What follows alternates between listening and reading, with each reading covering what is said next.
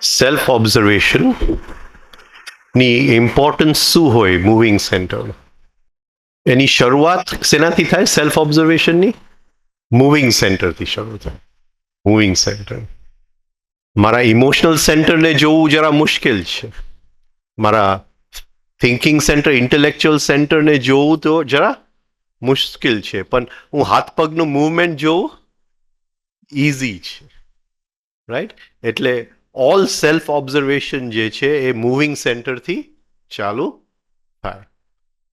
પણ આપણે જે જગ્યાએ પહોંચવાનું છે એ સાયકોલોજીકલ છે. રાઈટ? એટલે મૂવિંગ સેન્ટર એટલે આપણું સ્થૂળ શરીર જે દેખાય છે એ. અને એ જેટલું પણ સુંદર હોય એનો મતલબ એ નહીં કે આપણું મન સુંદર છે.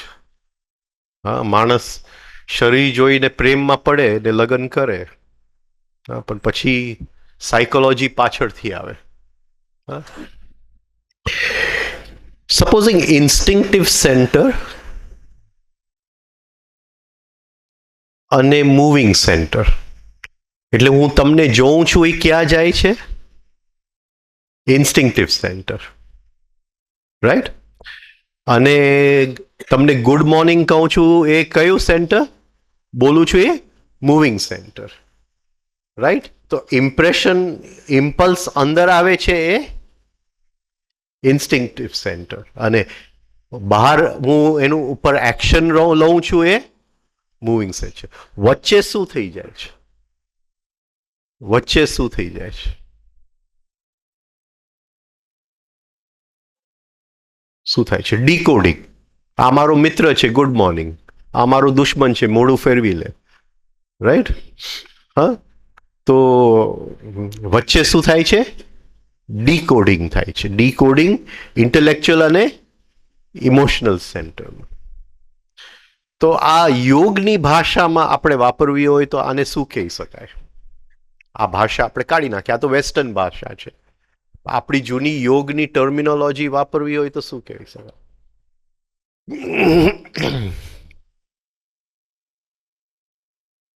નહીં, આ ઇમ્પ્રેશન અંદર આવ્યું, મેં તમારી સાથે હેન્ડશેક કર્યું, એને યોગની ટર્મિનોલોજીમાં કઈ રીતે કહેશું?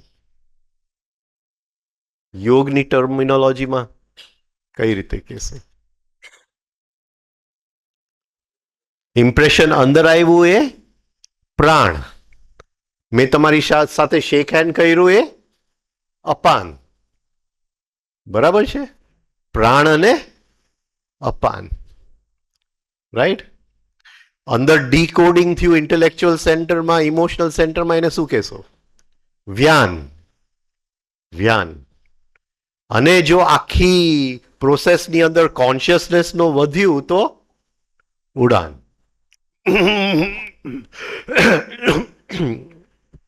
આ સમજાય છે?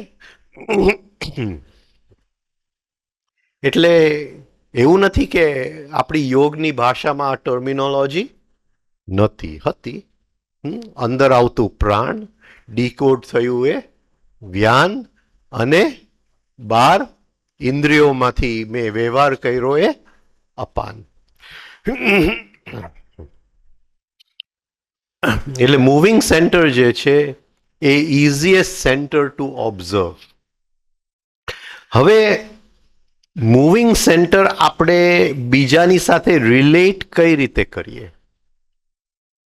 Through the moving centre. Through emotional centre મેં જોયું કે એ મારો ફ્રેન્ડ છે કે મારો દુશ્મન છે, એ મેં જોઈ લીધું. તો મૂવિંગ સેન્ટર, સ્પેશિયલી મૂવિંગ સેન્ટરનો જે કિંગ છે, તો એ કિંગ જે part, intellectual part of moving centre, એ શું કરશે? એ શું કરશે? એ કઈ જાતની ઇમ્પ્રેશન લેશે? ઇમ્પ્રેશનનું ડીકોડિંગ કઈ રીતે કરશે? કે આની હાઈટ આટલી છે, આનું નાક આવું છે. રાઈટ?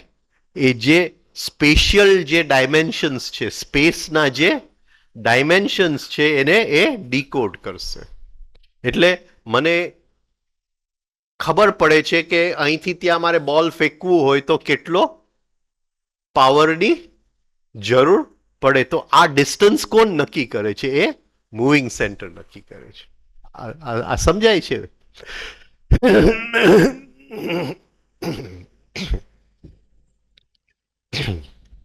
એક એથ્લીટ છે,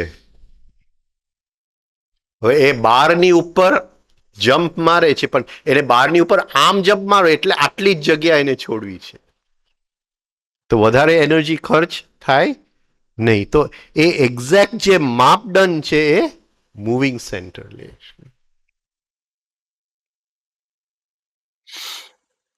એટલે આપણી બહાર વિષયો છે, વ્યક્તિઓ છે, એને આપણી સાથે સ્પેસની અંદર, હા, દેશની અંદર કઈ જાતનું રિલેશનશિપ છે એ મૂવિંગ સેન્ટરનું કામ છે.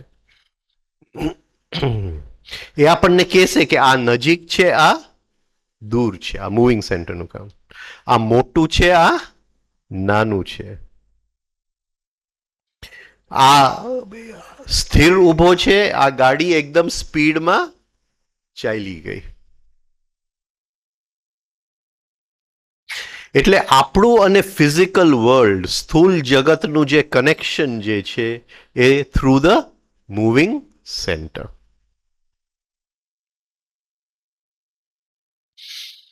બીજું શું મૂવિંગ સેન્ટરનું? બીજું શું કંટ્રોલની બાબતમાં? શું કંટ્રોલની બાબતમાં?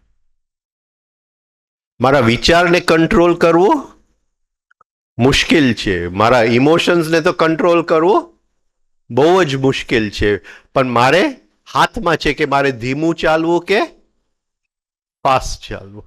આ મારા હાથની વાત છે. તો મૂવિંગ સેન્ટરને કંટ્રોલ કરવું much easier than any of the other centre. હવે મૂવિંગ સેન્ટર ની અંદર હર ક્ષણે મસલ્સની અંદર લો ઓફ ધ પેન્ડ્યુલમ ફરી રહ્યું છે, પ્લસ અને માઇનસ. એ શું છે? આને લેવા ગયો તો મારા મસલ્સ કોન્ટ્રાક્ટ થયા, આને મેં છોડી દીધું, મારા મસલ્સ રિલેક્સ થયા. એટલે એક્ટિવિટી લીધું, છોડી દીધું, રેસ્ટ. આ મૂવિંગ સેન્ટરનો પોઝિટિવ નેગેટિવ પાર્ટ ચાલ્યા જ કરે છે આપણા મસલ્સની અંદર. મસલ્સ આપણા ટેન્સ થાય છે, મસલ્સ આપણા રિલેક્સ થાય છે. તો મૂવિંગ સેન્ટર જે છે એ બધાય મસ્ક્યુલર મૂવમેન્ટને કંટ્રોલ કરે છે. હવે મૂવિંગ સેન્ટરનું ઓબ્ઝર્વેશન જેમ ગહેરાઈમાં જાય તો કયા સેન્ટરનું જ્ઞાન આપણને મળે? મૂવિંગ સેન્ટરનું. હું જોઉં કે આનું મોઢું ચડી ગયું છે, તો એ નાક જે આમ ચડી જાય છે એ તો મૂવિંગ સેન્ટર છે, પણ એની ઉપરથી મને શું ખબર પડે છે કે અત્યારે એ ખરાબ મૂડમાં છે, એનું ઇમોશનલ સેન્ટર જે છે એ નેગેટિવ સ્ટેટની અંદર છે. એટલે હરેક મૂવિંગ સેન્ટરના જે મૂવમેન્ટ છે એ ઇમોશનલ સેન્ટર સાથે કનેક્ટેડ છે.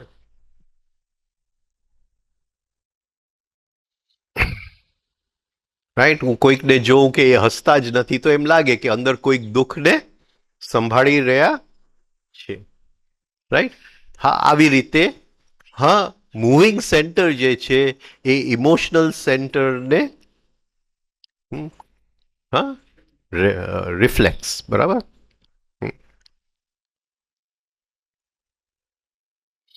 એટલે જ્યારે હું એકદમ નેગેટિવ ઇમોશનમાં હોઉં છું ત્યારે મારા મસલ્સ ટેન્સ થઈ જાય છે, અને જેમ નેગેટિવ ઇમોશન નીકળતું જાય છે મારા મસલ્સ રિલેક્સ થતા જાય છે. રાઈટ? આ ચડી જશે, હા, મારી જીભ બહાર ને અંદર આવશે, તો કદાચ મારા ઇમોશનલ સેન્ટર ઉપર, ગુસ્સા ઉપર મને કંટ્રોલ નથી, પણ મારા જો હર્ષ અને મારા જેસ્ચર્સ, મારા મેનિફેસ્ટેશન્સને હું જોઉં તો મને જ પોતાને ખબર પડે કે ક્યાંક હું નેગેટિવિટીમાં છું. એટલે નેગેટિવ ઇમોશનને આપણે જો મૂવિંગ સેન્ટર દ્વારા કંટ્રોલ કરવા જાય તો ઘણું બધું ઇઝી છે, ઘણું બધું સરળ છે. હવે જરાક આપણે જોઈ લઈએ કે આપણા મનની અંદર એક વિચારને આપણે આવવા દીધો. એ જેવું અંદર આવે છે એટલે હા ઇન્ટેલેક્ચ્યુઅલ સેન્ટરમાં આવે છે એ તરત જ જુદી જુદી જગ્યાએ ફોન કોલ લગાડે છે. આ જે ફોન કોલ લગાડે છે એને આપણે શું કીધું? એસોસિએશન્સ. હા, એ જુદા જુદા સેન્ટર્સને ફોન કોલ લગાડે છે. એ વિચાર અંદર આવ્યું, એ ભેગું આ ફોન કોલ ગયું. હા, એની સાથે મારા ઇન્સ્ટિંક્ટિવ સેન્ટરમાં કદાચ ભૂખ લાગે, કાં તો શું એક જાતનું અપચો લાગે મને. હા, એક જાતનું શું કહેવાય, અરુચિ લાગે. રાઈટ? એટલે આ વ્યક્તિને મળવાનું ભૂખ લાગે કાં તો અરુચિ લાગે. તરત જ મૂવિંગ સેન્ટરમાં અમુક મૂવમેન્ટ્સ ચાલુ થઈ જાય છે. બસ આ જગ્યાએ આપણે સેલ્ફ ઓબ્ઝર્વેશન થાય છે. એ રીતે આપણે negative part of the emotional સેન્ટરને પકડી શકીએ. ધીમે ધીમે આ જોતા જશું તો આપણને આપણી અંદર કેટલા માર્ગો છે, એક વિચાર અંદર આવે છે, કયા કયા માર્ગે ઇલેક્ટ્રિસિટી જાય છે, કયા કયા સેન્ટર્સને પહોંચે છે, એ આખું માળખું ધીમે ધીમે આપણને દેખાશે. હવે આને મૂવિંગ સેન્ટરમાંથી આપણે જોવાની કોશિશ કરીએ કે મને એ વિચાર આવે છે કે એક વર્ષ પહેલા મારી સાથે કોઈકે ચીટિંગ કર્યું. એ જેવો વિચાર આવે છે ઇમોશનની અંદર રિએક્શનો ચાલુ થઈ જાય છે કે કોઈકે મને દુઃખ પહોંચાડ્યું, કોઈકે મારી સાથે ચીટિંગ કર્યું.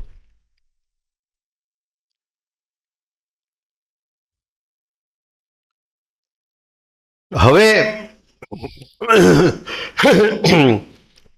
મૂવિંગ સેન્ટરને જો સરખી રીતે ઓબ્ઝર્વ કરશું તો શું ખ્યાલમાં આવશે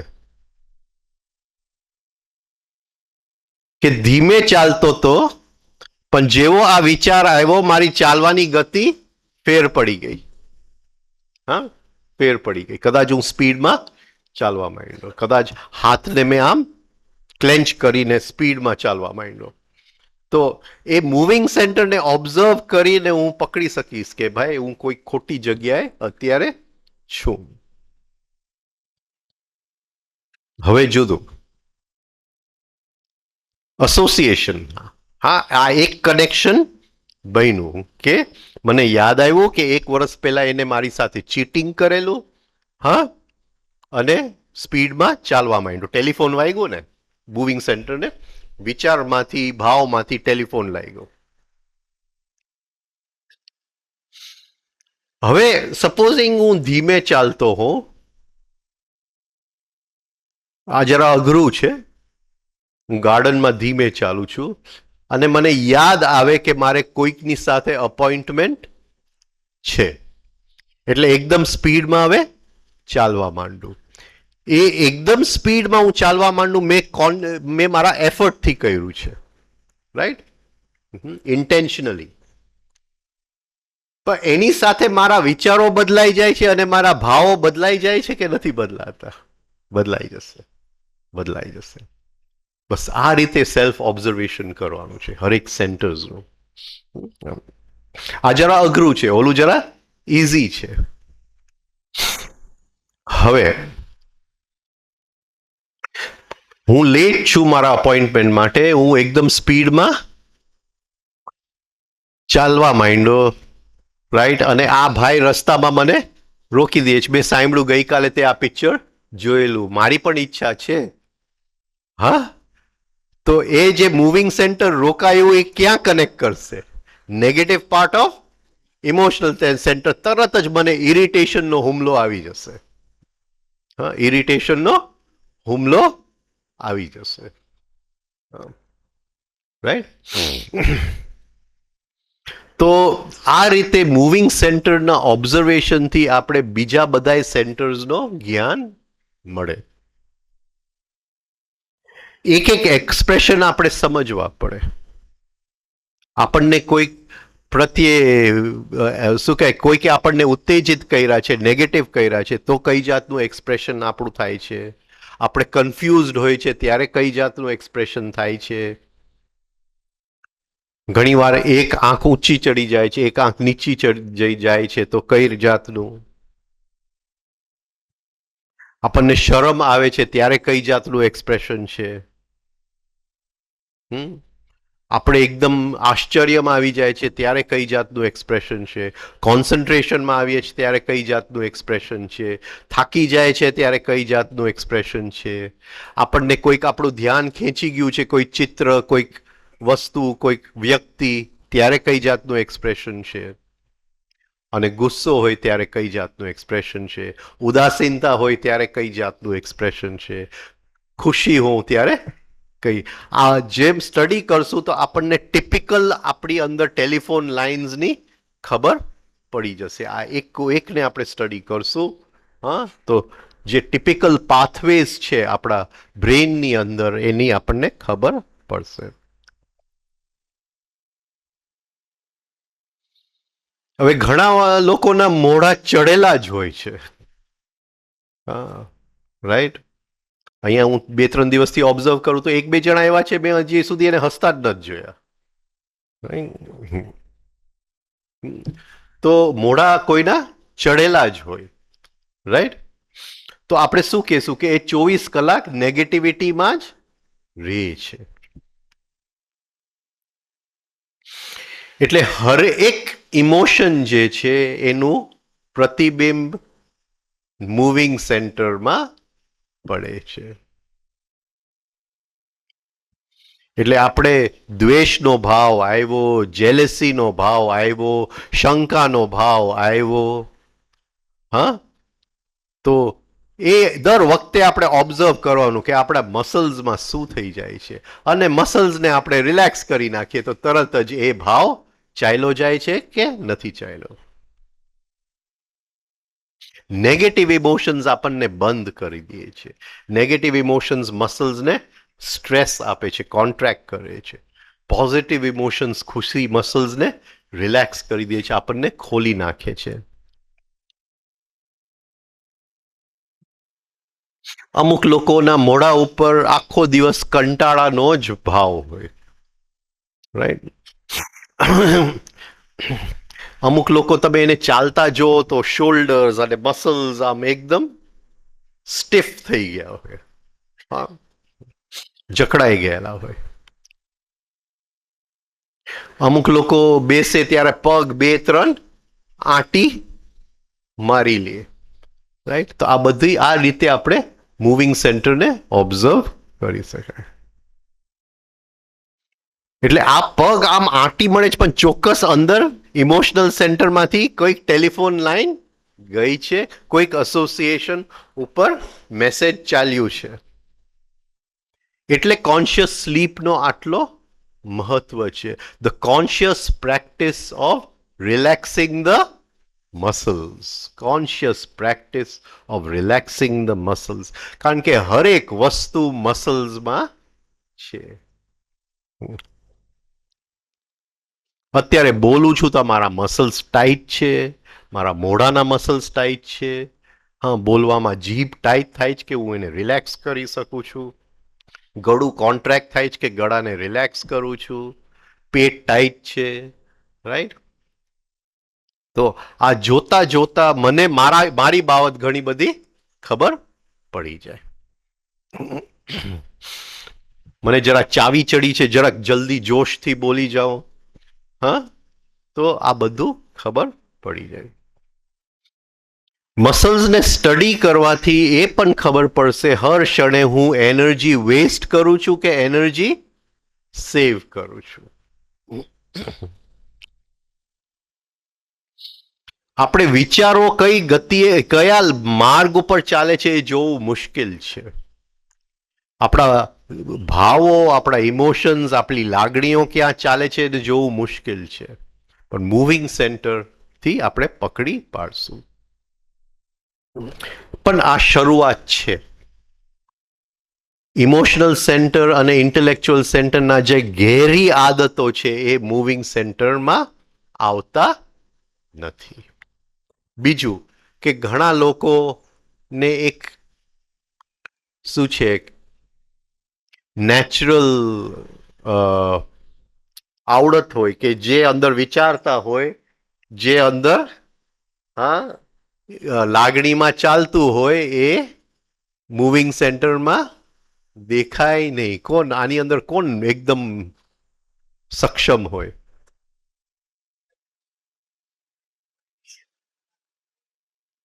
પત્તા રમવા વાળા. પત્તા રમવા વાળા. એકો આવ્યો તો એ જ ઇમોશન હોય, દોડી આવી તો એ જ ઇમોશન હોય.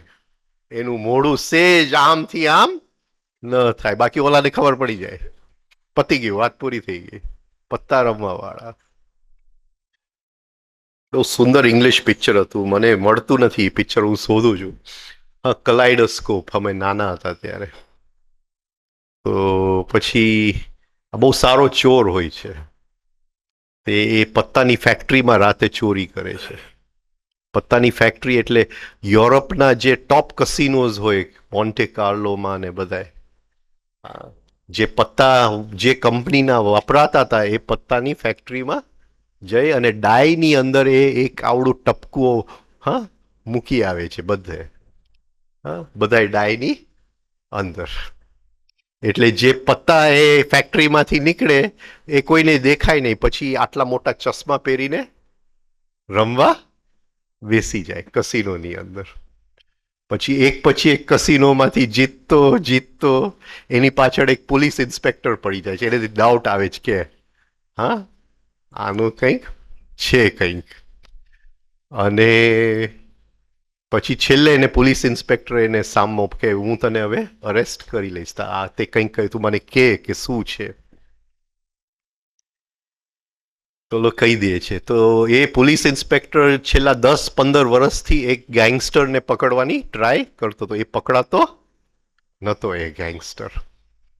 એટલે એ દિવસે એ ગેંગસ્ટર ત્યાં પત્તા રમવા આવવાનો હતો. એ કે તું જો મને એને હરાવી દે તો હું કોઈ પણ તારી સામે એક્શન નહીં લઉં. તો આ કે હું હરાવી દઉં, મારે શું છે, મારે તો ચશ્મા જ પહેરવાના છે. હવે એ જ તે દિવસે એક નવી જ સેટ ઓફ પત્તા કસિનોમાં આવ્યા જે ડાય બદલાઈ ગયા હતા. અને આ મોટો જે ગુંડો છે એની સામે એ રમવા બેસે છે અને પત્તામાં દેખાતું નથી એને. આવું છે બધું. હા, પણ છતાંય જીતી જાય છે, એ ફસાવી દે છે ઓલાને. પણ બહુ સરસ પિક્ચર હતું.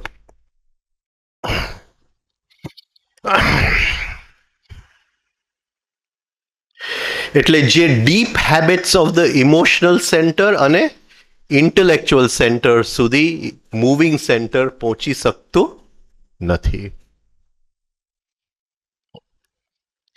દિવસની અંદર એક પ્રયોગ કરવો બહુ શું કહેવાય સારું છે કે ગમે ત્યારે આપણે 2-5 મિનિટ બેઠા હોય તો ડાયરેક્ટ યોર અટેન્શન બોડીના એક એક પાર્ટને રિલેક્સ કરતા જાઓ, જેમ કોન્શિયસ સ્લીપમાં આપણે કરીએ છીએ. અને જેમ આમ કરતા જાશો એ મસલ્સ રિલેક્સ સ્ટેટમાં રહેવા માંડશે.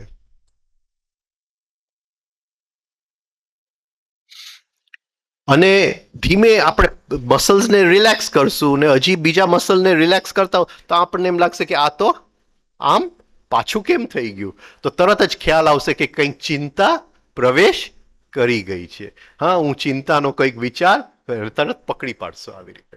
તો આવી રીતે જો આપણે આપણા મસલ્સને આ રીતે રિલેક્સ કરશું, કંઈક ચિંતા આવી ગઈ, કંઈક વેમ આવી ગયો, કોઈ જેલેસી આવી ગયું, કોઈ સસ્પિશન આવી ગયું, રાઈટ, તો એને પકડી લેશું આપણે તરત જ.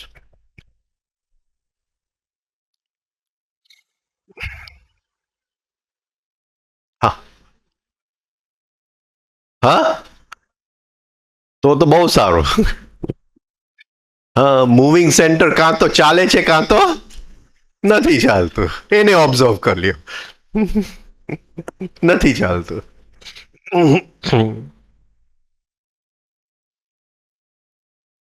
હવે જેનું સેન્ટર ઓફ ગ્રેવિટી મૂવિંગ સેન્ટરમાં હોય, જેનું આખું જીવન, હા, એ કઈ વસ્તુ સાથે વધારે આઈડેન્ટિફાઈડ હોય, એને કંઈક ને કંઈક કરવું જ પડે. એ બેસી શકે નહીં, એને કંઈક ને કંઈક કરવું જ પડશે. અને જો બેસે તો એ લોકોને ફ્રસ્ટ્રેશન લાગે, હતાશ થઈ જાય, ફ્રસ્ટ્રેશન લાગે. એ 5 મિનિટ જો ક્યાંક બેસવું પડે તો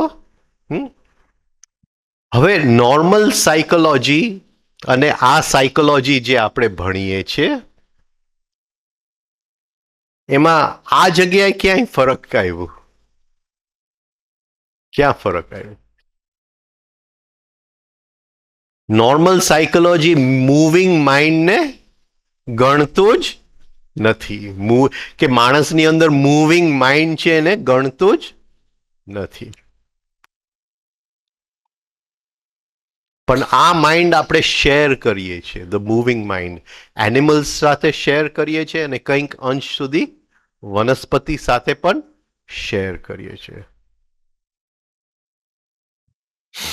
પણ મૂવિંગ સેન્ટરના મૂવમેન્ટ્સની અંદર આપણે એનિમલથી કેમ જુદા પડીએ છીએ? એનિમલથી કેમ જુદા પડીએ? હા, આપણે ડાન્સના બહુ સરસ મૂવમેન્ટ્સ, હા રાઈટ, ટીવી ઉપર ડાન્સ પ્રોગ્રામ આવે ને તો કેટલા આમ જોરદાર મૂવમેન્ટ્સ કરે. એનિમલ કરી શકે? ન કરી શકે. રાઈટ. એટલે મનુષ્ય જે કંટ્રોલ લઈ આવી શકે મૂવિંગ સેન્ટર ઉપર, મનુષ્ય જે મૂવિંગ સેન્ટરની હાઇટ્સ ખોલી શકે, રાઈટ, એ કોઈ પણ પશુ ખોલી ન શકે. છતાંય સર્કસના હા પશુઓ હોય છે.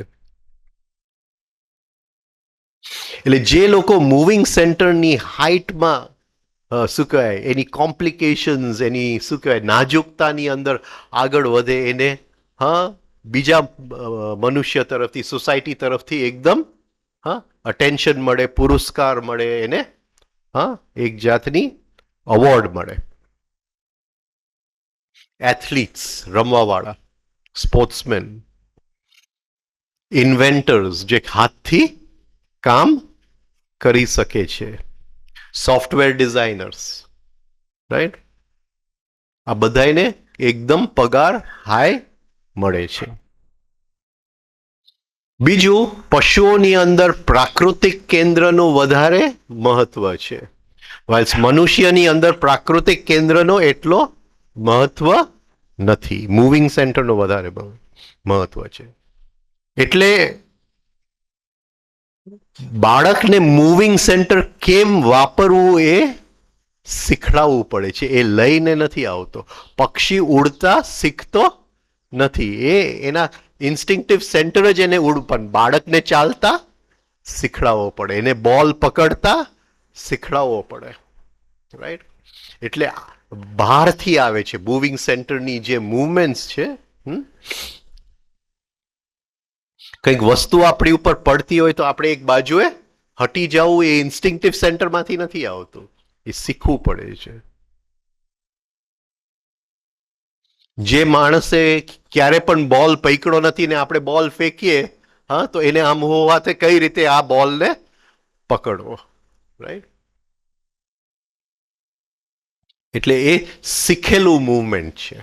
આ બધી મૂવમેન્ટ પ્રાણીની અંદર શીખેલા નથી, એ જન્મજાત છે, ઇન્સ્ટિંક્ટિવ સેન્ટરની અંદર છે. હવે મૂવિંગ સેન્ટરના 3 ડિવિઝન આપણે જોયા, mechanical part, emotional part, thinking part. Mechanical part એટલે જેક, ગુલ્લો, કાળીનો ગુલ્લો.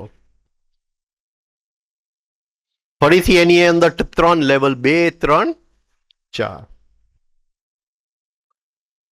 જેકની અંદર પહેલી વસ્તુ આપણે શું જોયું, બધી જેકની અંદર શું પડેલું છે? મેમરી. એટલે આજે સાયકલ શીખી ગયો, પણ 20 વર્ષ પછી પણ એ જેકમાં મેમરી પડેલું છે, એ જેકમાં. એટલે બધી મૂવમેન્ટની મેમરી જેકમાં પડેલું છે. ભાષાની મેમરી ક્યાં છે? જેક ઓફ ડાયમંડ્સની અંદર. રાઈટ? મૂવમેન્ટની મેમરી ક્યાં છે? અહીંયા. એટલે નાનપણમાં હું સાયકલ શીખ્યો તો અત્યારે પણ સાયકલ ચલાવી શકું છું. રાઈટ? પણ મારા મધર ફાધર કહેતા કે તું 3 વર્ષે પરફેક્ટ મરાઠી બોલતો તો અત્યારે મને મરાઠી બિલકુલ યાદ નથી. કે એટલું સરસ તું મરાઠી બોલતો હતો જ્યારે તું 3 વર્ષનો હતો. એટલે અત્યારે મરાઠી બિલકુલ યાદ નથી. એટલે એ ઇન્ટેલેક્ચ્યુઅલ સેન્ટરનું એ ફાઇલ હવે હું એક્સેસ કરી શકતો નથી. એ જેક ઓફ ડાયમંડ્સમાં ચાલ્યું ગયું એ ફાઇલ. પણ સાયકલનું ફાઇલ ફરીથી એક્સેસ થઈ જાય છે. એટલે બધી વસ્તુ આપણે શીખેલું છે, કેમ ચાલવું, કેમ દોડવું, કેમ ખાવું, હા, એ બધું શીખેલું છે.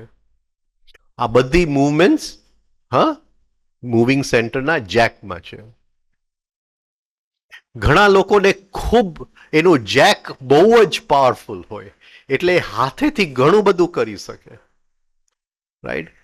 એ એક એમનેમ કાગળ આપો તો 2 મિનિટમાં તો એટલા સરસ ડિઝાઇનો કરી નાખે એ કાગળમાંથી. એટલે એને મૂવિંગ સેન્ટર્સની મેમરી જે છે એ એકદમ ઇન્ટ્રિકેટ મેમરીઝ હોય એની પાસે મૂવિંગ સેન્ટરના. તો આ બધી જે મૂવમેન્ટ્સ, કોમ્પ્લેક્સ મૂવમેન્ટ્સ, આ બધું જે છે એ પ્રોગ્રામ્ડ ઇન ધ જેક. બીજી કઈ રીતે આપણે જેકને જોઈ શકીએ? જેકને ઓબ્ઝર્વ કરવું હોય તો કઈ રીતે ઓબ્ઝર્વ કરીએ આપણે અત્યારના યુગની અંદર? કે આપણે કંઈક નોટ્સ લખતા હોય, આમ વાંચતા હોય અને નોટ્સ આપણે લખતા તો આપણી આંગળી ઓટોમેટિક જાય છે, વિચારવું નથી પડતું. હા, ધડાધડ આપણી આંગળી જાય છે. રાઈટ? હા, એ મૂવિંગ સેન્ટરનું. પણ જ્યારે આ શીખવાનું હતું ત્યારે ASDF સેમિકોલન LKJ એ રીતે શીખવું પડ્યું ને, ગોખવું પડ્યું. ASDF સેમિકોલન LKJ, હા, એ રીતે શીખવું પડે. પછી ઓટોમેટિક થાય. એટલે જેક ઓફ સ્પેડ્સ એ ઇઝીએસ્ટ ફંક્શન છે ઓબ્ઝર્વ કરવું. અને અત્યારના યુગમાં બહુ ઇઝીલી ઓબ્ઝર્વ કરી શકે, કારણ કે અડધો દિવસ કોમ્પ્યુટરમાં જાય છે, અડધો દિવસ આપણે ટાઈપિંગ જ કરતા હોય છે. એટલે એટલું ઇઝી ઓબ્ઝર્વેશન છે મૂવિંગ સેન્ટરનું ઓબ્ઝર્વેશન. બીજું કે એને ઓબ્ઝર્વ કરતા કરતા શું આપણને એક જ્ઞાન કઈ વસ્તુનું મળે કે કઈ રીતે જેક અટેન્શન વગર ચાલી શકે છે. બિલકુલ આમ પ્યોર મિકેનિકલ ચાલે છે. ઘણીવાર એની લીધે મૂવિંગ સેન્ટરની અંદર આપણું આટલું પણ અટેન્શન નથી હોતું. આઈ ડોન્ટ નો તમારી સાથે થયું છે, મારી સાથે તો બહુ થાય છે કોઈક વાર કે હું ઉઠું ટેબલ ઉપરથી અને મને એમ થાય કે ચલ હવે ચાનો એક કપ બનાવીએ, અને ચા બનાવવાની બદલે હું બાથરૂમમાં કંઈક બીજા કામ કરવા પહોંચી જાઉં. પછી જાગું, અરે આ તો ચા બનાવવા ઉભો થયો હતો. એટલે મૂવિંગ સેન્ટર સાવ મિકેનિકલી ચાલે છે. અને ઘણીવાર તો ટૂથપેસ્ટ પણ લગાડી લે, પછી યાદ આવે કે આજે તો બ્રશ થઈ ગયું છે. રામદુલારે બાપુ યાદ આવ્યા. એ સવારે ઉઠે અને આમ જાય, પછી આમ થોડીક વાર થાય એટલે પૂછે, રાજન આજે બાપુએ બ્રશ કર્યા છે કે નથી કર્યા? કે મને યાદ નથી બ્રશ કર્યા છે કે નથી કર્યા. આવું હોય મૂવિંગ સેન્ટર.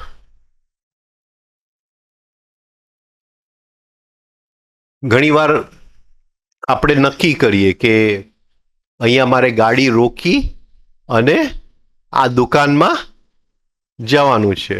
પછી ઘરે પહોંચીએ ત્યાં ખબર પડે કે અરે ત્યાં તો હા એમાં સ્પેશિયલી વાઈફનું મોઢું જો એટલે હા ખબર પડી જાય અરે ત્યાં ઊભું રહેવાનું હતું.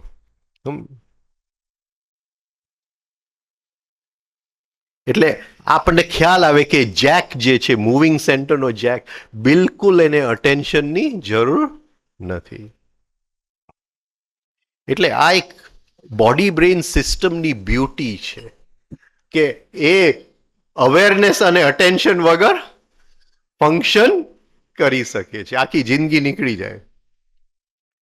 તો જો જિંદગી આપણે સરખી રીતે આપણી જિંદગીને ડિવાઈડ કરી શકીએ અને જેકનું કામ જેક જ કરે તો આપણું અટેન્શન પછી હાયર સેન્ટર્સમાં હાયર પાર્ટ્સ ઓફ સેન્ટર્સમાં લઈ જવા માટે ફ્રી કરી શકીએ. બીજી કોઈક ટાઈમે આપણને આની ખ્યાલ આવે જ્યારે આપણે નોટ કંઈ લખતા હોય સે આપણી એક ડેડલાઇન હોય કે આ ટાઈમે આ નોટ આપી દેવાનું છે. પણ થોડા દિવસ પહેલા 15-20 દિવસ પહેલા મને એમ છે કે મહિનો પહેલા કે યાદ નથી કીર્તિભાઈનો ફોન આવ્યો કે ભાઈ સાઉથ આફ્રિકન ગવર્મેન્ટ જે છે હમણાં બધાએ ધર્મના વડાઓને ભેગા કરવાની કોશિશ કરે છે એક જ પ્લેટફોર્મ પર કે બધાની વચ્ચે ઓલું રહે શું કે હા સમન્વય રાઈટ. તો હિન્દુઇઝમનો રેપ્રેઝેન્ટેટિવ તરીકે મને બોલાવ્યો છે અને મારે હિન્દુઇઝમ વિશે બોલવાનું છે. મને કે બસ 2-3 કલાક છે તમે મને તૈયાર કરીને હમણાં ને હમણાં મોકલો કે મારે શું બોલવાનું હિન્દુઇઝમ વિશે. એટલે પછી મેં જોયું કે હું જો વિચારવા બેસું તો સ્પીડમાં લખાતું નથી અને હું આમ અટેન્શન ઝીરો કરી નાખું તો મારા હાથ ધડ ધડ ધડ ધડ હા 2-3 કલાક શું 20 મિનિટમાં લખીને એમને મોકલી દીધું.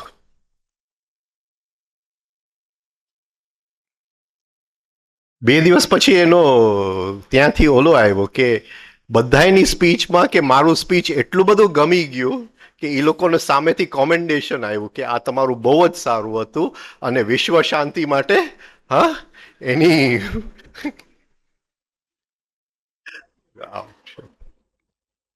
વિચાર્યું નહીં વિચાર્યું હોત તો આમ સ્પીડમાં એવું આમ જસ્ટ થઈ ગયું રાઈટ.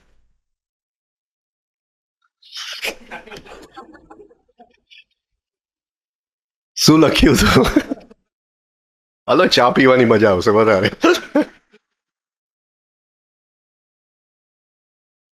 એટલે એમ થયું કે આ બધું એસોસિએશન હોય ખબર ને એસોસિએશન. એટલે તે વખતે જ્યારે એનો ફોન આવ્યો કોઈકની કુંડલી જોતો હતો એટલે કુંડલીમાં 9, 10, 11, 12 શું હોય? ધર્મ અર્થ કામ મોક્ષ. ધર્મ અર્થ કામ મોક્ષ. એટલે આમ એનો ફોન આવ્યો આમ કુંડલી એક બાજુએ મૂકીને કે શું લખું એટલે પછી આમ ઓટોમેટિકલી આવી ગયું કે હિન્દુઇઝમ કોઈ ધર્મ નથી એ જીવન જીવવાની એક એસ્થેટિક અને હાયર રીત છે.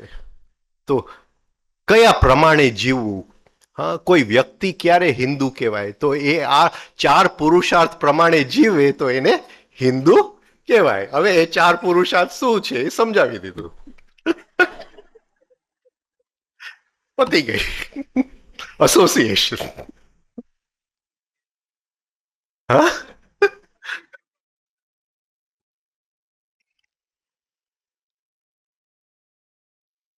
અર્થ લીધું કે અર્થ એટલે આપણો લક્ષ્ય કયા લક્ષ્યથી આપણે મનુષ્યનું શરીર ધારણ કર્યું છે એ લક્ષ્ય એક જ છે મુક્તિનું મોક્ષનું. એટલે કોઈ પણ વ્યક્તિ મોક્ષની માટે પ્રયાસ કરતો હોય તો એ હિન્દુ છે. અને ન કરતો હોય તો એ ભલે હિન્દુના ઘરમાં જન્મ લીધું હોય પણ એ હિન્દુ નથી. આ રીતે લખ્યું કે કોઈ પણ વ્યક્તિ દુનિયાની અંદર ગમે ત્યાં એનો જીવનનો અર્થ મોક્ષ હોય, ટુ રાઇઝ ઇન કોન્શિયસનેસ, હા રાઈટ, તો એ હિન્દુ છે. રાઈટ, એટલે મોક્ષ શું છે પછી થોડું લખ્યું કે કોન્શિયસનેસમાં કેમ ઉપર ચલાય. મોક્ષની માટે શું કરવું પડે તો કામ, રાઈટ ડાયરેક્શન ઓફ એનર્જી. કામ એટલે શક્તિ, જે શક્તિથી આ સૃષ્ટિનું સર્જન થયું છે, આપણે મિની સૃષ્ટિ છે, એ જ શક્તિ આપણને આપવામાં આવી છે. એ શક્તિ આપણે ભોગમાં વેડફી નાખીએ છીએ, એને રાઈટ ડાયરેક્શન આપીએ તો એ મોક્ષ તરફ એ શક્તિ આપણને લઈ જાય. હા, તો એ બીજું પુરુષાર્થ. પહેલું પુરુષાર્થ અર્થ, બીજું કામ, રાઈટ. ત્રીજું પુરુષાર્થ ધર્મ, કે કયા માર્ગે એ શક્તિને જવા દી, રાઈટ માર્ગ મળવી જોઈએ. શક્તિ હર ક્ષણે જો ઉપર ચડે તો એ ધર્મ છે, અને શક્તિ કંઈક હું કરું ને શક્તિ વેડફાઈ જાય તો એ અધર્મ છે. તો એ રીતે એનું લખ્યું, અને આનું છેલ્લું ફલ સ્વરૂપ શું છે તો એ મોક્ષ છે. આ રીતે લખ્યું. બરાબર છે કે નહીં? પૂરા માર્ક મળે કે નહીં?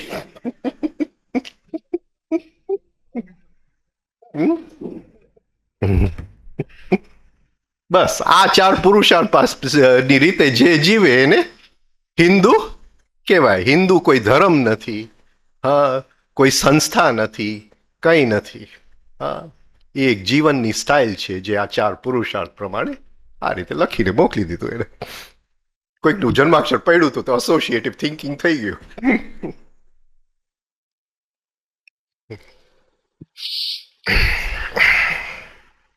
તો એ સ્પીડમાં ચાલે, આપણે વિચારીએ નહીં ને તો સ્પીડમાં ચાલે.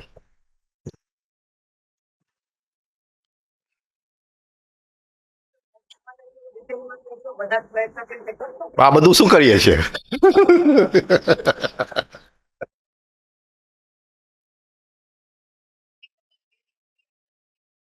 એટલે હર ક્ષણે ધર્મને જોવા માટે શું જોઈએ? વિવેક.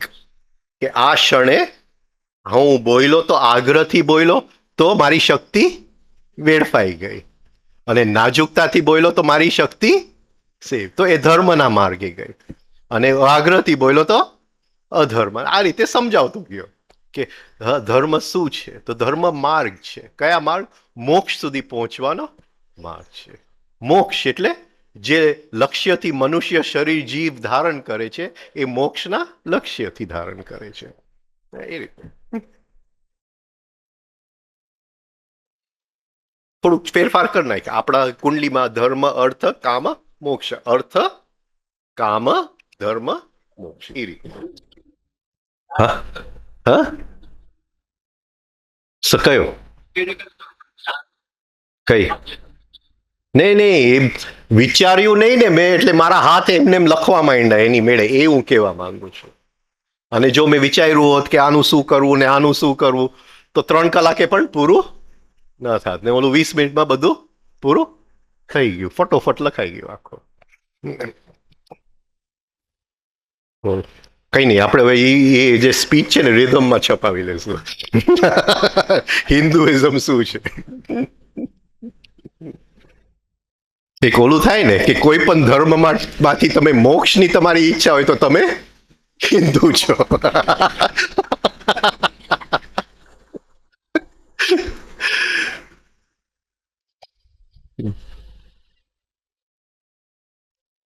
જ્યોતિષને સલામ સલામ સલામ.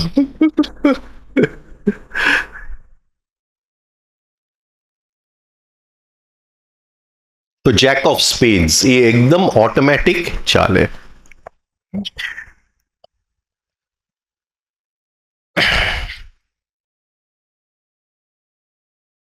બીજી કઈ જગ્યાએ જેક ઓફ સ્પેડ્સ નો આપણે ઉપયોગ કરીએ?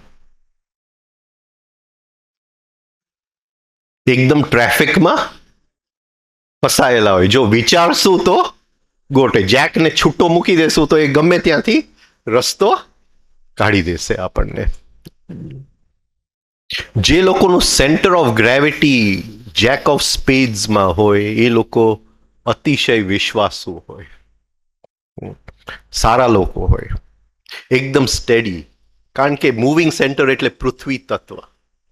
પૃથ્વી પર ચાલીએ છીએ ને આપણે, પૃથ્વી તત્વ. પૃથ્વી સ્ટેડી છે. હા. એ લોકોના લાઈફમાં બધું કઈ રીતે ચાલતું હોય?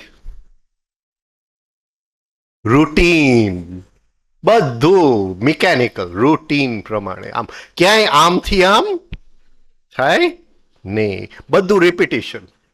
બધું રિપીટિશન. એ જ રીતે રૂમાલ મૂકેલો હોય, એ જ રીતે રોજ પટ્ટો પહેરે. હા. અને એ લોકોને રૂટીનમાં કંઈ પણ ગડબડ થાય તો એ લોકો વિચારી ન શકે, એનું આમ બધું બગડી જાય. હવે જે માણસને રૂટીન ગમે એની અંદર શું હોય? એની અંદર શું હોય? પાવર. કઈ પાવર હોય? પાવર ઓફ એન્ડ્યોરન્સ, સહન શક્તિ હોય. એ કોઈ દિવસ એકને એક રિપીટિશનથી કંટાળે નહીં. એકને એક રેપિટેશનથી કંટાળે નહીં. ઘણા લોકો મને આવીને કે પહેલા નોકરીમાં બપા હવે એમ લાગે છે કે એકને એક કામ હું રિપીટ કર્યા કરું છું. એકને એક કામ હું રિપીટ કર્યા કરું છું. એટલે આપણને ખ્યાલ આવે કે આ ભાઈ જેક ઓફ સ્પેડ્સ નથી. જેક ઓફ સ્પેડ્સ નથી. એ લોકો કલાકો સુધી કામ કરી શકે. રાઈટ? એટલે સપોઝિંગ તમારે હાયર કરવાનું હોય કોઈક એવો વ્યક્તિ જે આ કોલમમાંથી આમાં નાખે ને આમાંથી કાઢીને આમાં નાખે, ફરીથી આ કોલમમાંથી આમાં નાખે ને આ ફિગર્સમાંથી તારવીને આમાં નાખે ને આખો દિવસ એ જ કરવાનું હોય, તો કયો શોધવો પડે તમારે? Jack of spades. Dull routine job. Dull routine job. હા. ગાડીની અસેમ્બલી લાઈન કે ઓલા આમ થયું એટલે આ મૂકી દીધું, ઠત દઈને આવ્યું, આગળ ગયું, ફરીથી આમ થયું એટલે મૂકી દીધું. હા. આમ થયું, 4 બાટલી મૂકી દીધી. એ ડલ રૂટીન જોબ. હા. એ જેક ઓફ સ્પેડ્સ. ડિલિવરીનું કામ. હા. ખટારો ભરાયો એટલે જઈને ડ્રાઈવ કરીને આપી આવવાનું. Jack of સ્પેડ્સ. કીબોર્ડ ઉપર કામ કરવાનું. Jack of spades. હા. ડેટા એન્ટ્રી જેને કહે. પણ તરત જ તમે કોઈને નહીં કહેતા જેક ઓફ સ્પેડ્સ. એને ઓળખતા ટાઈમ લાગે. કારણ કે કદાચ આપણે જેક ઓફ સ્પેડ્સમાં ન પણ હોય છતાંય આપણા રોજના જીવનમાં ઘણી બધી વસ્તુઓ રૂટીનથી જ ચાલતી હોય છે. હવે એને ઓળખવો હોય તો કઈ રીતે ઓળખવો?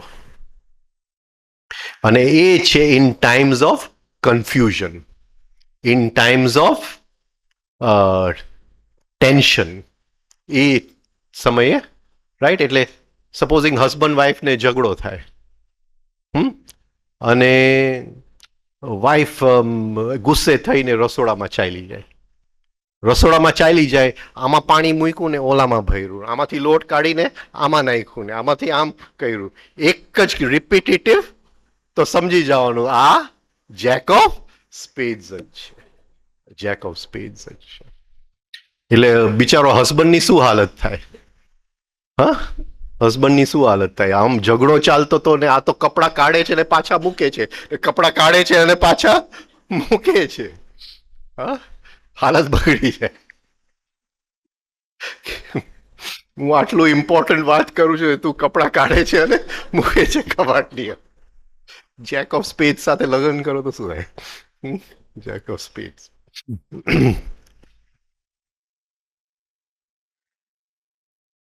એ લોકોને એકને એક કામ કરવામાં મજા આવે. એ લોકોને ક્યાંય ઘર બદલાવું ન ગમે, જે આજુબાજુનું પડોશી બદલાવું ન ગમે, એ લોકોને નોકરી બદલાવું ન ગમે, કંઈ પણ બદલાવું ન જોઈએ.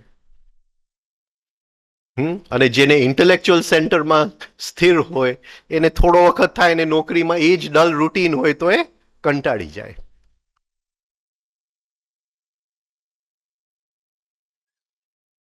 એ લોકોને કોઈ થિયરીઝ મોટા ફિલોસોફીમાં રસ ન હોય, પણ એ લોકો સ્ટેડી લોકો હોય. હવે આની અંદર 2, 3 અને 4. ટુમાં લગભગ એ વ્યક્તિ અડેપ્ટ ફ્લેક્સિબલ ન હોય, ફ્લેક્સિબલ ન હોય. હા, એ ઓટોમેટિક જ કામ ચાલવું જોઈએ, ઓટોમેટિક જ કામ ચાલવું જોઈએ. એટલે એના મોઢાના પોસ્ચર્સ, એના બોડીના મૂવમેન્ટ, એ કઈ રીતે ખાવાનું ખાય છે, હા, એ ઘરનું બધું કામ બધું એકદમ ઓટોમેટિક જ ચાલતું હોય. એને એ જ ચક્કર, હા, એ ટુ છે. ટુ. થ્રીની અંદર ઇમિટેશન આવે. રાઈટ? હવે સપોઝિંગ મેં આને આમ મૂક્યું અને આ મારું રોજનું રૂટીન હોય આમ મૂકવાનું, તો હું ટુ હોઉં તો હું આમ જ મૂકું. પણ પછી હું એના ઘરે જાઉં એમ જોઉં કે એ આમ મૂકે છે, તો આવતીકાલ હું પણ હા એને ઇમિટેટ કરું. તો ટુ અને થ્રીમાં આ ફરક છે કે બીજું એ જરાક સારું જોઈએ તો એના રૂટીનમાં થોડો એટલો એ ફેરફાર કરવા તૈયાર છે. એ શીખે. હા, હવે સે કે બોમ્બેની અંદર ટ્રેનમાં ચડવું એટલે તો, અને અમે કોલેજના ડેઝમાં ટ્રેનમાં ચડવું પડે, રાઈટ? એટલે પછી આપણે શીખી ગયા કે ટ્રેન આમ ધીમી પડતી હોય, દરવાજા પાસે ઊભીને આમ અંદર ઘૂસી જવાનું. એ થ્રી છે, એ શીખી ગયો, કોઈકને જોઈને શીખી ગયો, રાઈટ? હવે સે BESTની બસ સ્ટોપ ઉપર આવતો હોય તો એટલા બધા લોકો અંદર કે આપણને બીક લાગે કે આપણે બહાર નીકળી શકશું કે નહીં. એટલે પછી શીખી ગયા કે એવી ધીમી પડતી હોય, બસ સ્ટોપ આવે એની પહેલા હા ઉતરીને સેજ દોડી લેવાનું, એટલે બસની સાથે આપણું મોમેન્ટમ આવી જાય. એટલે આ જે છે એ ટુ બદલે નહીં, પણ થ્રી આવી રીતે શીખી અને મૂવિંગ સેન્ટરના મૂવમેન્ટ્સ બદલાવી નાખે. એટલે થ્રીની અંદર એક જાતની એડેપ્ટેશન હોય. હા, રાઈટ? ટુ હોય તો તમે બસની અંદર મારી ઉપર હામ મૂકો તો એ કહેશે કે આ જરાક મારી જગ્યા, અને થ્રી હોય તો એ જરાક આમ કરી લે, જરાક આમ કરી લે, રાઈટ? ફોરની અંદર બેલેન્સ આવી જાય છે, મૂવિંગ સેન્ટરનું બેલેન્સ આવી જાય છે. અને એ બધી વસ્તુનું એક બેલેન્સ. એટલે સપોઝિંગ આ હવે આમ મૂક્યું તો એ એમ નહીં મૂકે, એ જરાક આમ બેલેન્સમાં મૂકશે. હા, ફોરની અંદર થોડી અટેન્શન વધારે આવી ગયું, બેલેન્સ. તો એ લોકોના ઘરમાં જાઓ તો એવરીથિંગ અરેન્જડ, બહુ જ સુંદર રીતે અરેન્જડ હોય, એને એક sense of balance, sense of proportion હોય. પાછું તમે આમ આને જોઈને તમે મૂકો, હવે આ થોડુંક અહીંયા હતું પણ અહીંયા મૂકો એટલે તરત જ આવીને આમ પાછું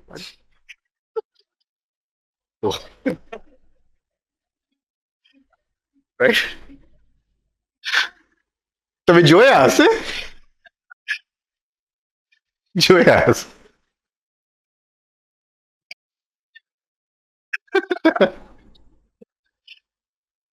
એટલે આવું છે આ 2 3 4. આ જેક ઓફ સ્પેડ્સ આપણે કરી લીધું.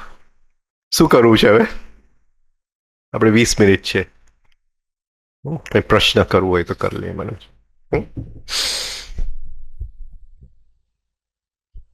આપણે ક્લબ્સ અને સ્પેડ્સ નેક્સ્ટ શિબિરમાં, ક્વીન ઓફ સ્પેડ્સ અને ક્લબ્સ ફરીથી આપણે જરાક આખું હું ઘણી વાર રિપીટ કરવાનો છું આ વસ્તુ. એટલે આપણને એક શું કહેવાય, આપણી જાતને વાંચવું અને બીજાને સમજવામાં ઉપયોગી બને. આ વ્યક્તિ આમ છે તો પછી કઈ ઝઘડાનો સવાલ ક્યાં છે? નેગેટિવિટીનો સવાલ ક્યાં છે? નથી ને, ક્યાંય નથી. ઓળખાઈ ગયું. બોલો બોલો.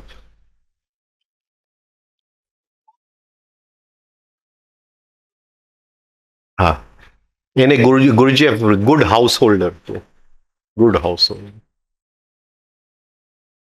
કે ગમે તે સિચ્યુએશનમાં પોતાનું કરી, ગમે તે સિચ્યુએશન, જેક ઓફ ઓલ. ને ગુરુજેફ તો માસ્ટર ઓફ ઓલ હતા. અમારા રામદુલારે બાપુ એ માસ્ટર ઓફ ઓલ હતા. ગમે તે ક્ષેત્રની અંદર એની માસ્ટરી હોય, ગમે તે ક્ષેત્રની. એક બિઝનેસમેન એનો બિઝનેસનો પ્રોબ્લેમ લઈને આવે તો એ માસ્ટરી હોય, અને ઇન્સ્ટિંક્ટિવ સેન્ટરનું હોય તો એની માસ્ટરી. સારામાં સારું રસોઈ બનાવી આપે. હરેક ક્ષેત્રમાં રામદુલારે બાપુની માસ્ટરી હતી.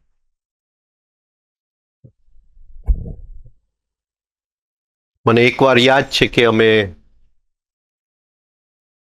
કોનારકથી પુરી જતા હતા, તો સાંજે એને બપોરે અમને જમવા દીધા ને, એ બધી એની સ્ટાઇલ બધી. તો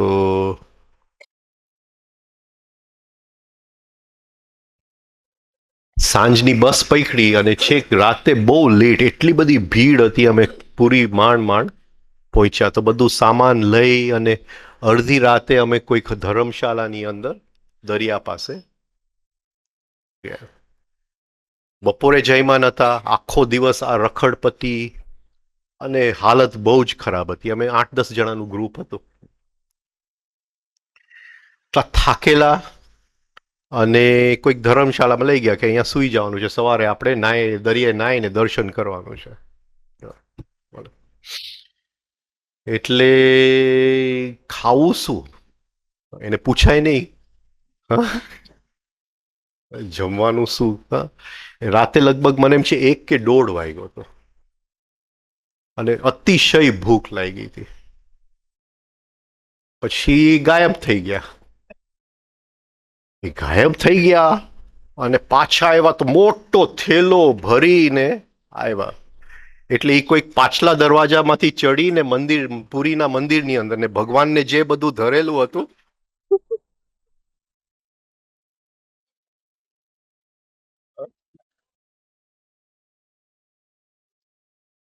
અને રાતે તો અમે ફીસ્ટ કર્યું એકદમ.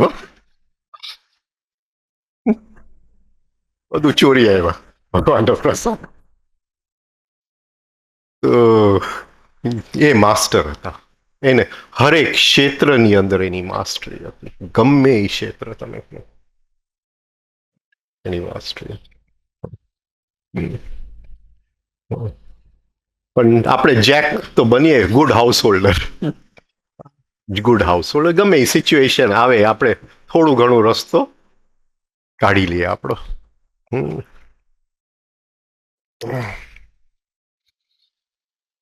બોલો.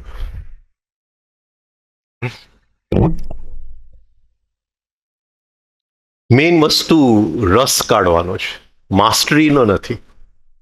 કે એ વસ્તુમાં આપણને રસ આવે છે કે નહીં. અહમને મોટી વસ્તુઓમાં રસ આવે પણ નાની વસ્તુઓમાં રસ નથી આવતો. અને રિયલ જે આર્ટ છે ને, નાની વસ્તુઓમાં રસ લેવું જોઈએ. નાની વસ્તુઓમાં રસ. એટલે નાની વસ્તુઓમાં રસ આવતું જાય.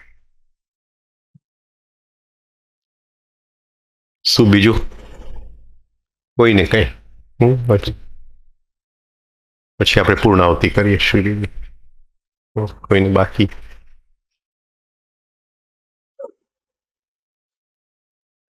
કાવડિયાજીમાં અમુક જેક ઓફ સ્પેડ્સની ક્વોલિટી આપણને જોવા મળે, કારણ કે એની દવાની બાટલી એક્ઝેક્ટલી એ જ જગ્યાએ હોય. એને સેજ પણ અવેરનેસ વગર એ હાથ મૂકી દે એટલે જે બાટલી એને જોતી હોય એ જ એના હાથમાં આવે.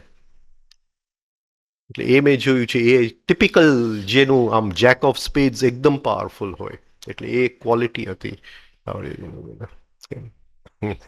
શું કહેતા હતા? શું બાકી હતું?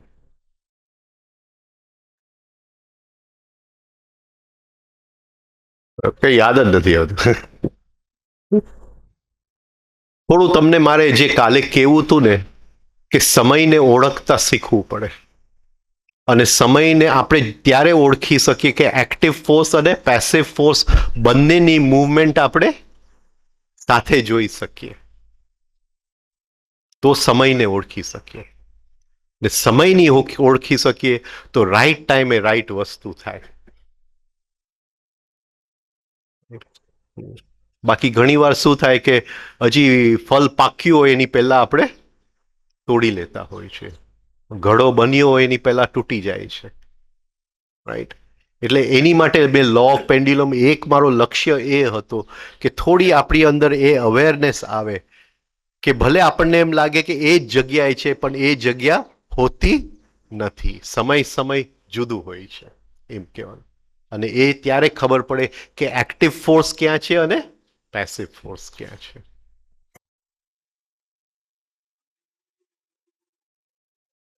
લાંબી એટલે આ પેન્ડ્યુલમનો દોરી છે. લાંબી હોય એટલે વધારે વાર લાગે. હા, એનો વધારે વાર. ટૂંકી હોય તો તરત જ. આપણી અંદર અમુક પેન્ડ્યુલમ જે હોય એકદમ ટૂંકા હોય. મેં ગઈકાલે દાખલો આપ્યો, હું ટેન્શનમાં આવ્યો અને રિલેક્સેશનમાં આવ્યો, ટૂંકી દોરી છે. હું વર્ષો સુધી ટેન્શનમાં આવું તો દોરી લાંબી છે. દોરી લાંબી છે.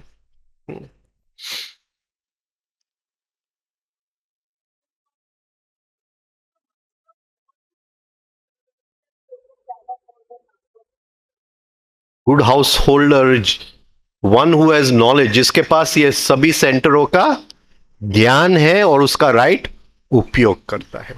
राइट उपयोग करता है. जीवन के हर क्षेत्र में मास्टर नहीं बन सकते, वो कोई कोई बन सकता है. जैसे गुरुजेफ था, रामदुलारे बापू था. जीवन के हर एक क्षेत्र में वो उसकी मास्टरी थी. राइट, वो तो कोई बन सकता है, सबका काम नहीं है. राइट. तो लेकिन हमारा भीतर ये सेंटर्स ठीक से काम कर रहा है. एक सेंटर दूसरा सेंटर का काम नहीं कर रहा है. मैं राइट सेंटर का राइट समय पे उपयोग कर रहा हूं. हाँ, अलग सेंटर ये अगर ठीक से, तो ये बॉडी ब्रेन सिस्टम रिदम और हार्मनी में आ जाता है. और जब तक रिदम एंड हार्मनी में नहीं आता है तब तक हायर के साथ कम्युनिकेशन नहीं हो सकता है. ये इतना तो होना चाहिए. तो गुड हाउस होल्डर ये है जो खुद का घर को पहचानता है. खुद का घर को पहचानता है कि ये मेरा घर है. मेरा घर में विचार शक्ति भी है, भाव शक्ति भी है, क्रिया शक्ति भी है, हाँ, प्राकृतिक शक्ति भी है और सेक्स शक्ति भी है. तो ये राइट उपयोग हो रहा है. वो पहचान लेता है. वो पहचान लेता है, हाँ, कि ये रॉन्ग उपयोग हो गया. समझ में आया?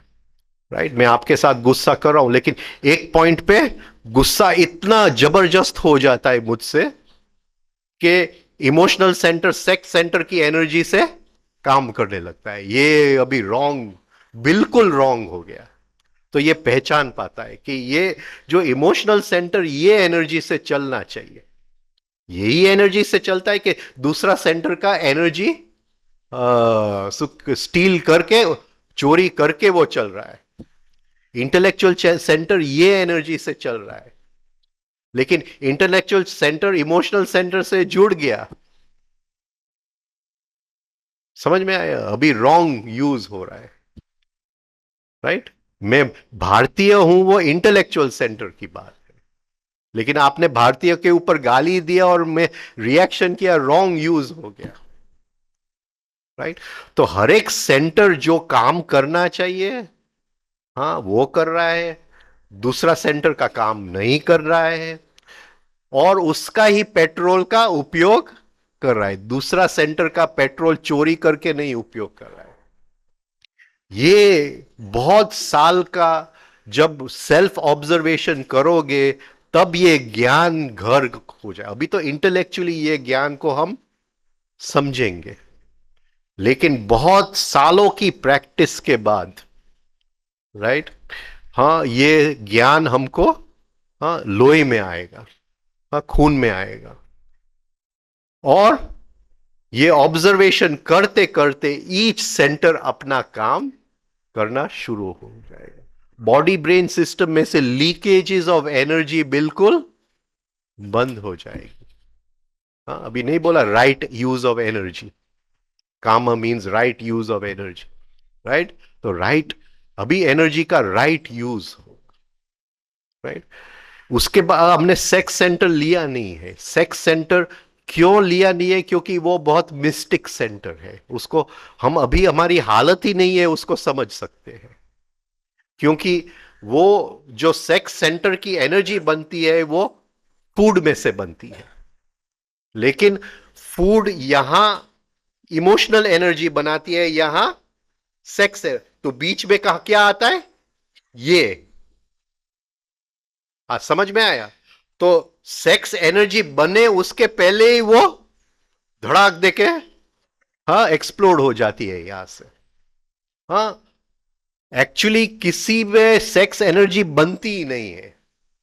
एक भी व्यक्ति के अंदर right working of sex centre है ही नहीं, क्योंकि सेक्स एनर्जी जिस प्रमाण में बनना चाहिए वो बनती नहीं है। और वो तब बनेगी जब नेगेटिव इमोशंस बिल्कुल, क्योंकि यहां से खोराक को जो रास्ता बनाना है, यहां से नीचे जाना है, बीच में negative part of emotional centre आता है, वो उपयोग कर लेता है, तो सेक्स एनर्जी तो अभी बनने वाली नहीं है। तो सेक्स सेंटर अपनी एनर्जी से चलता नहीं है, और जो थोड़ी बहुत एनर्जी उसकी बनती है वो दूसरा सेंटर खत्म कर देते हैं। राइट? एक एथलीट है, एक एथलीट है, तो वो मूविंग सेंटर का एनर्जी पेट्रोल का उपयोग करता है। पर एक दिन वो बहुत ही 2 सेंचुरी एक साथ लगा दिया, हाँ, एक एथलीट ने, एक बैट्समैन ने, तो उस समय अगर वो एकदम, वो जो स्पोर्ट्स में कहते हैं वो जोन में पहुंच गया, जोन में जाने के ऐसे ही चल रहा है, ऐसे ही सेंचुरी लग गया, हाँ, तो बन सकता है कि miss use of sex centre, sex energy का उपयोग, हाँ, मैकेनिकल એટલે मूविंग सेंटर ने कर लिया। हम तो ताली पाड़ेंगे कि अरे बहुत अच्छा काम तुमने किया, लेकिन उसको पता नहीं है कि रॉन्ग यूज ऑफ सेंटर्स हो गया। एक आदमी को हिमालय चढ़ने का है, हाँ, लेकिन हाँ, एक पॉइंट पे ऐसे वो चढ़ जाता है, तो moving centre uses energy of sex centre, miss use of centres. Right? और ये तो तब पता चलेगा जब सेल्फ ऑब्जर्वेशन गहराई में जाएगा, एक एक सेंटर की कामगिरी, क्या उसकी कामगिरी। इसलिए ये जो है, ये चार्ट बिल्कुल जैसे हमने स्कूल में टेबल्स पढ़े थे उस ढंग से ये बिल्कुल, हाँ, what you call, it should be memorised, it becomes a rote, right? वो मेमोराइज्ड, इंटेलेक्चुअली पूरा ज्ञान पहला हो जाना चाहिए। राइट? अभी ये सेंटर्स जो रिदम बैलेंस और हार्मनी में नहीं आ गया, और हायर सेंटर का कुछ अनुभूति हो गया, तो बिल्कुल इम्बैलेंस ही होने वाला है। राइट? बहुत लोग मिलते हैं जिनको वो ज्ञान मिला, इधर भी है, लेकिन lower centres balance and harmony में नहीं है, वो ज्ञान का बिल्कुल उपयोग नहीं है, रॉन्ग उपयोग हो जाता है। तो ये पहले जो मशीन हमको दिया है, तो मशीन पहले, हाँ, राइट वर्किंग उसका होना चाहिए, राइट यूज उसका होना चाहिए, राइट अंडरस्टैंडिंग होना चाहिए। Right? समझ में है? और कोई भी मार्ग से जाओगे तो सेल्फ ऑब्जर्वेशन बहुत कठिन है, लेकिन अगर आप 1-2 घंटे रोज रिदमिक ब्रीदिंग करेंगे तो सेल्फ ऑब्जर्वेशन बहुत ही सरल है, बहुत ही सरल है। राइट? तो ये इंपॉर्टेंट है। तो रिदमिक ब्रीदिंग एक प्रैक्टिस है। हाँ, श्वास लय में आ गया, श्वास की इंटेलिजेंस लय में आ गई, जिसको हम प्राण कहते हैं, और प्राण की इंटेलिजेंस लय में, तो वो अपने को पुश करेगी कि अभी तुम्हारा मशीन को रिदम एंड बैलेंस में लाओ, तो क्यों इतना ऐसे जी रहे हो। हाँ, तो वो एक अवेयरनेस आएगा, और फिर अवेयरनेस में से मशीन बैलेंस एंड हार्मनी में आएगा, कॉन्शियसनेस आएगा, किंग में से हम ऊपर जाएंगे, हर एक किंग में से। अभी तो किंग का उपयोग ही नहीं करते, किंग का, एक भी किंग का उपयोग ही नहीं करते हैं, कोई सिचुएशन में थोड़ा बहुत उपयोग हो जाता है, हम क्वीन में और जैक में जिंदगी गुजार देते हैं ने। तो ये इंपॉर्टेंट है। ठीक है, बोलो। हम्म।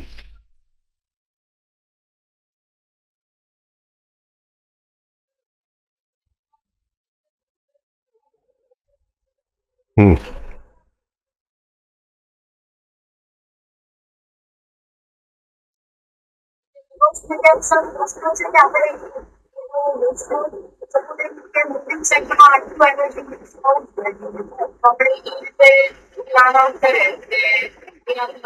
ઉલટું લે ને, ઉલટું લે. હવે હું કહું છું હું થાકી ગયો છું, હવે મારે કઈ જાતનો શબ્દ વાપરવો પડે? હવે આખા દિવસમાં હું 5 ડગલા નથી ચાલ્યો. આ સમજાય છે? આખા દિવસમાં હું 5 ડગ શેનો તું થાકી ગયો? તો મારે કેવું પડે મારું ઇન્ટેલેક્ચ્યુઅલ સેન્ટરનું પેટ્રોલ ખતમ થઈ ગયું છે, પણ મૂવિંગ સેન્ટરને તો મેં વાપર્યું જ નથી. આ સમજાય છે? એટલે થાકવાનું મીનિંગ આપણે જુદું કરી નાખીએ. તો કઈ જગ્યાએ થાક્યો છું? હા, બધાને બહુ પીરસી દીધું તો લાગણીનું, તો ભાઈ ઇમોશનલ સેન્ટરમાં થાકી ગયો છું, પણ ઇન્ટેલેક્ચ્યુઅલ સેન્ટરમાં નથી થાક્યો. આ સમજાય છે? એટલે આપણે કયા સેન્ટરમાં હું થાકેલો છું એનો પેટ્રોલ ખલાસ થઈ ગયો છે. આપણે લીધું નથી. સાયન્સ ઓફ પેટ્રોલ છે સેન્ટર્સનું. એક એક સેન્ટરને પેટ્રોલ કઈ રીતે મળે છે એનું સાયન્સ શું છે એક આખું છે, આપણે લેશું. રાઈટ? પણ પહેલી વસ્તુ જસ્ટ આપણે બોલવામાં કે અત્યારે હવે વિચારનો ઉપયોગ કરી શકું એમ નથી, પણ નાવા જવું હોય તો હું તૈયાર છું. આ સમજાય છે? એ રીતે તો આપણને ખબર પડે કે આમાં વધારે પેટ્રોલ વપરાઈ ગયું, આમાં હજી આજે કંઈ પણ ઉપયોગ કર્યો નથી. ઇમોશનલ સેન્ટરનો આજે ઉપયોગ નથી થયો. રાઈટ? તો થોડું આપણે આર્ટ વર્ક જોઈ લઈએ, થોડું મ્યુઝિક સાંભળી લઈએ. રાઈટ? એવું મ્યુઝિક જેની અંદર કંઈક ઇમોશનલ સેન્ટરના હાયર કિંગમાં આપણે પ્રવેશ કરી શકીએ, તો ઇમોશનલ એનર્જીનો ઉપયોગ થઈ જાય ને. એ મ્યુઝિકમાંથી કંઈક સમજણ આવે, આપણને કંઈક સુર સમાધિ લાગી જાય ને. તો કયા સેન્ટરમાં હું થાકેલો છું? હું કહું કે આ લેક્ચર પછી હું થાકેલો છું. એ કે ભાઈ તું નાવા આવ, હું થાકેલો છું. પણ નાવા આવવાનો થાકેલો ક્યાં છે? તું તે કે કર્યું જ નથી સવારથી. હ, સમજાય છે? એમ છે.